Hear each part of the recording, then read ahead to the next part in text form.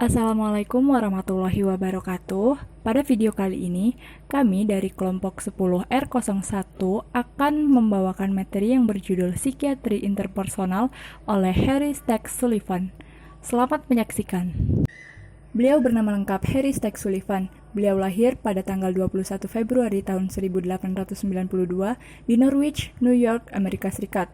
Beliau meninggal pada tanggal 14 Januari tahun 1949 di Paris. Beliau merupakan psikiater Amerika yang mengembangkan teori psikiatri berdasarkan hubungan interpersonal. Beliau memiliki kemampuan untuk berkomunikasi dengan pasien skizofrenia. Beliau menerima gelar MD dari Chicago College of Medicine and Surgery pada tahun 1917. Beliau pernah menjabat sebagai direktur riset di Pratt dari tahun 1925 hingga tahun 1930.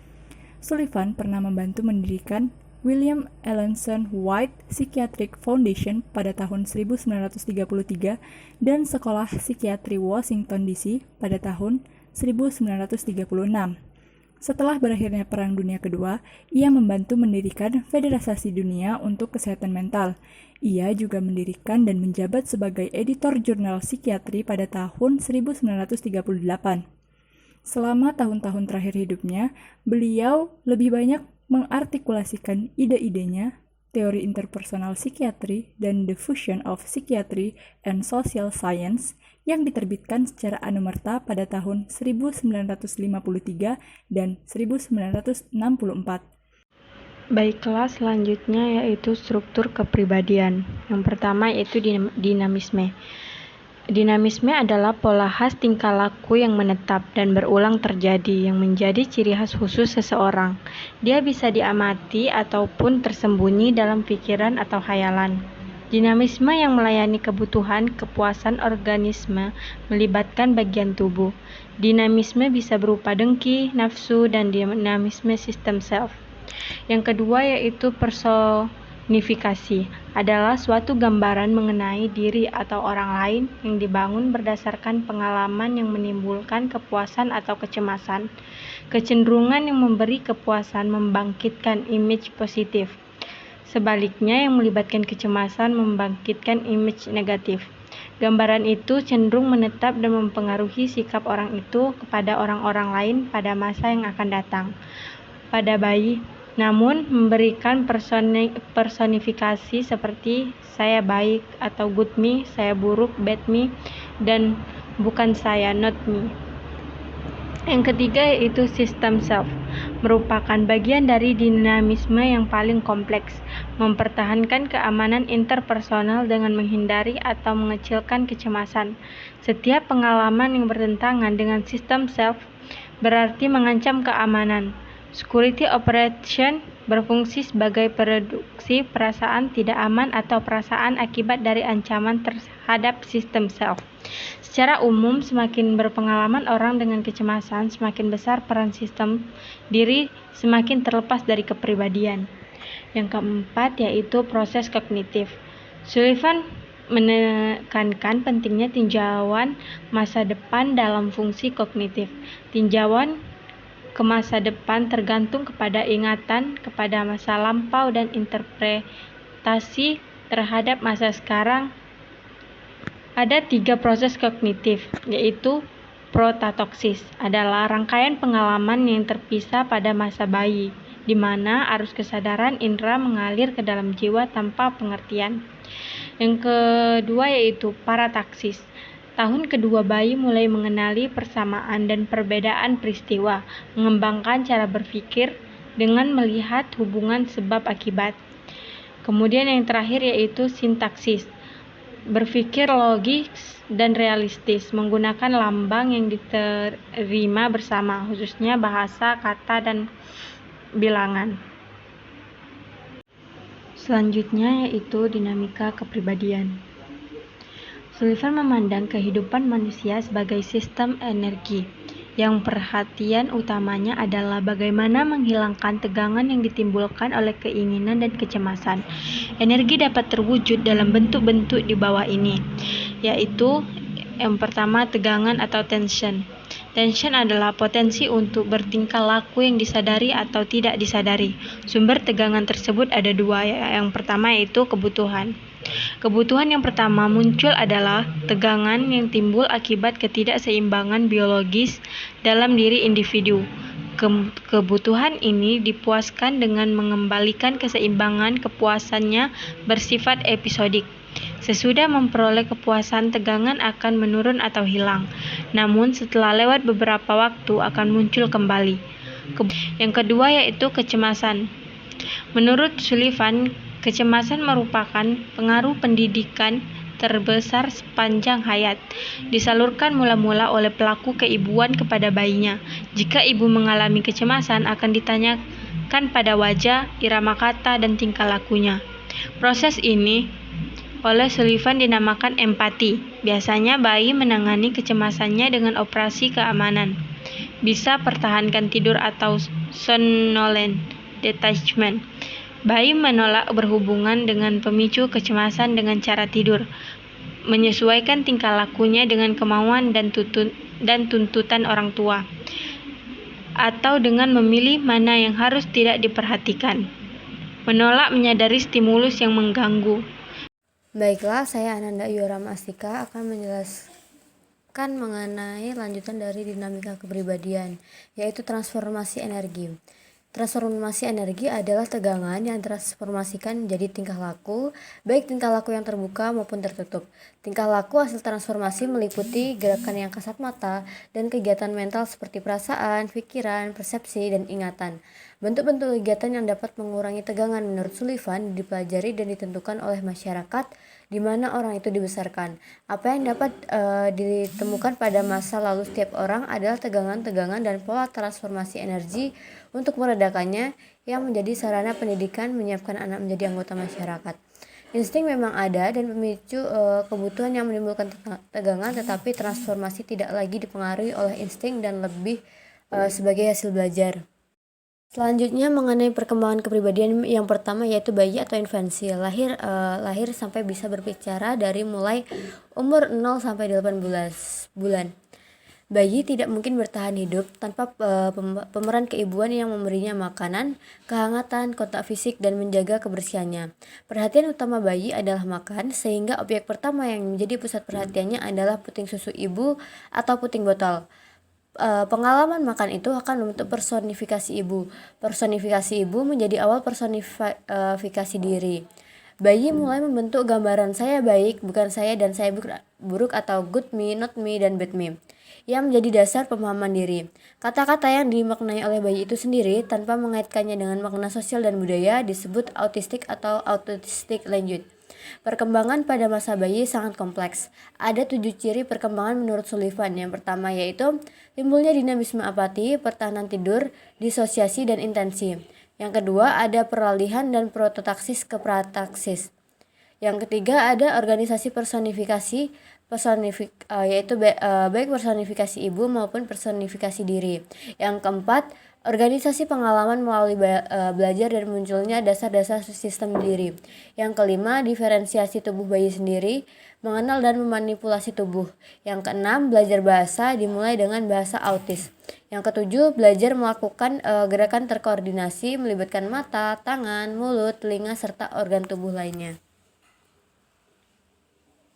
Kedua ada anak atau childhood, yaitu bisa mengucap kata sampai butuh kawan bermain, yaitu usia 1,5 tahun sampai 4 tahun. Tahap anak dimulai dengan perkembangan bicara dan belajar berpikir sintaksi, serta perluasan kebutuhan untuk bergaul dengan kelompok sebaya. Anak mulai belajar menyembunyikan aspek tingkah laku yang diyakininya dapat menimbulkan kecemasan atau hukuman. Mereka memiliki tampilan seolah-olah atau as if performance, yakni yang pertama, dramatisasi atau dramatization, permainan peran seolah dewasa, belajar mengidentifikasi diri dengan orang tuanya, bagaimana bertingkah laku yang dapat diterima. Yang kedua yaitu bergaya sibuk atau precompensation. Anak belajar konsentrasi pada satu kegiatan yang membuat mereka bisa menghindari sesuatu yang menekan dirinya. Yang ketiga yaitu transformasi jahat atau malevolent transformation.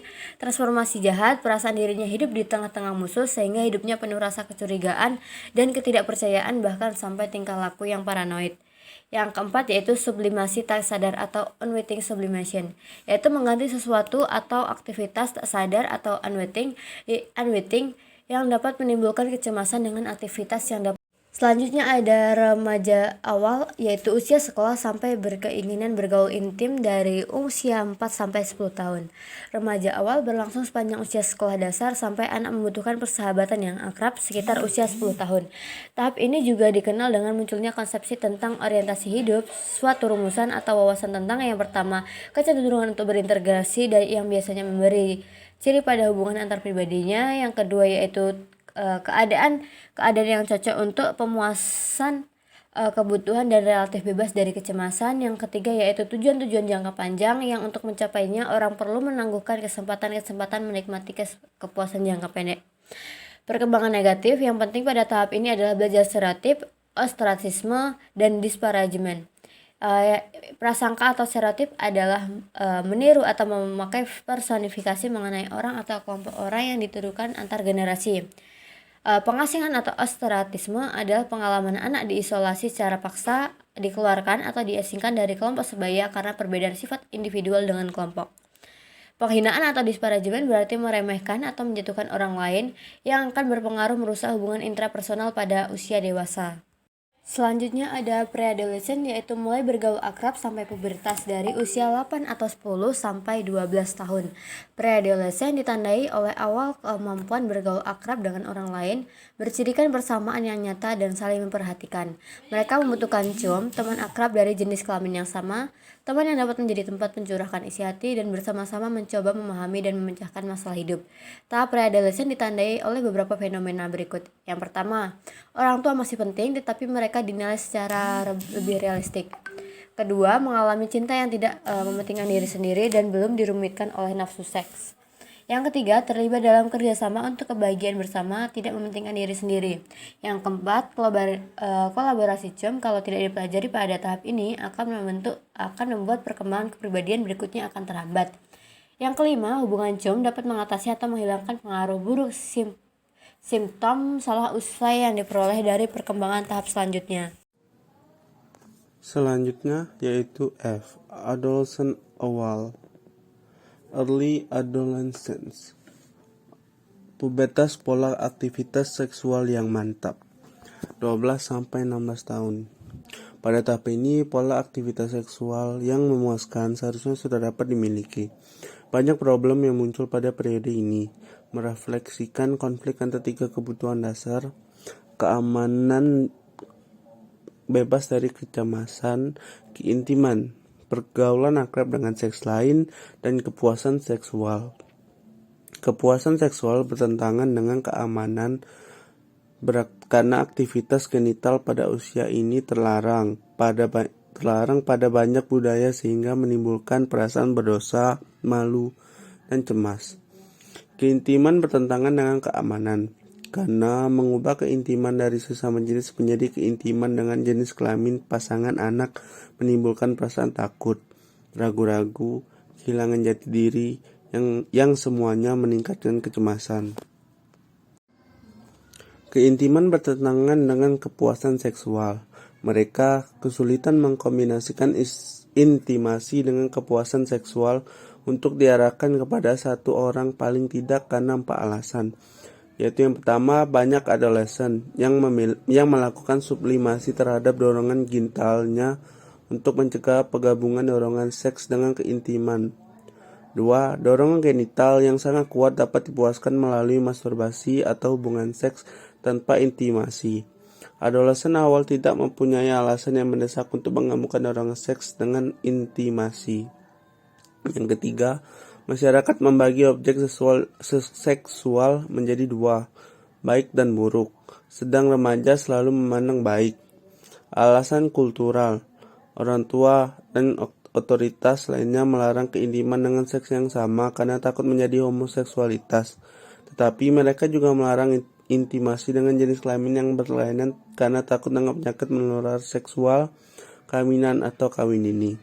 Yang kelima yaitu Sullivan berpendapat bahwa adolescent awal adalah titik balik dalam perkembangan kepribadian. Orang harus dapat mengatasi kebutuhan intimasi dan dorongan seksual tanpa terganggu rasa amannya. Kalau itu tidak dapat dilakukan, dia akan menghadapi kesulitan serius pada tahap perkembangan berikutnya. Walaupun penyesuaian seksual merupakan bagian penting dari perkembangan kepribadian, Sullivan merasa bahwa masalah utamanya adalah bergaul bersama dengan orang lain.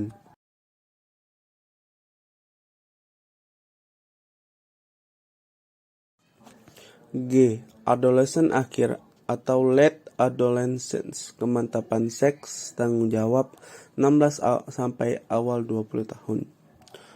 Tahap ini ditandai dengan pemantapan hubungan cinta dengan satu pasangan. Namun, menurut Sullivan, perkembangan luar biasa tinggi dalam hubungan cinta dengan orang lain bukan tujuan utama kehidupan, tetapi sekedar sumber utama kepuasan hidup.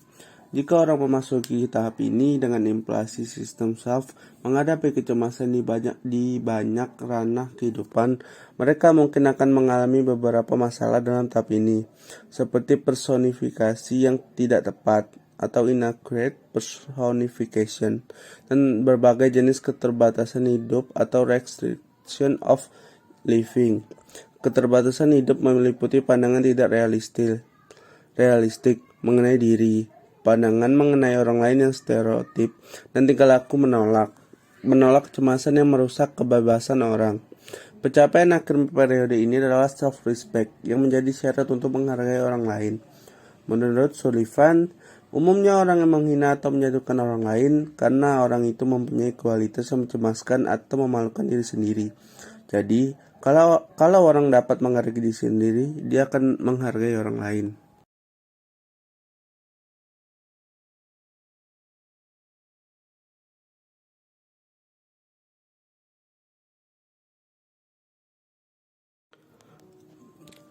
H. Kemasakan atau maturity. Setiap prestasi penting tahap yang terdahulu akan menjadi bagian penting dari kepribadian yang masak. Jadi, dewasa yang masak hendaknya sudah belajar memuaskan kebutuhan-kebutuhan yang penting, bekerja sama dan berkompetisi dengan orang lain,